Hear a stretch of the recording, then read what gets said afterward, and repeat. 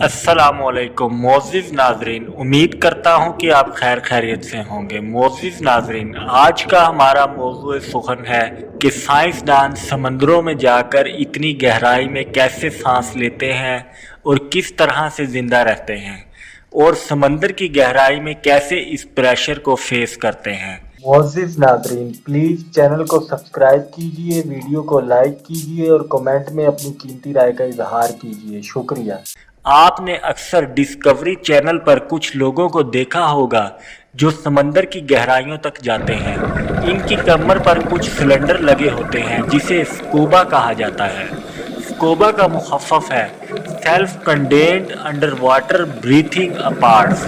आमतौर पर इन सिलेंडरों में कंप्रेस्ड हवा होती है या इसमें एक मिक्सचर जिसे साइंस नाइट्रोस कहती है मौजूद होता है। इस मिक्सचर में 35% ऑक्सीजन और 65% नाइट्रोजन होती है।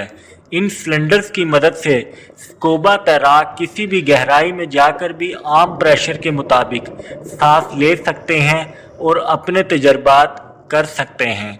मोअज़्ज़िज़ नाज़रीन, आपको हमारी वीडियो कैसी लगी?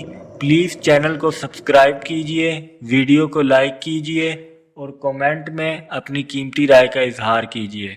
शुक्रिया।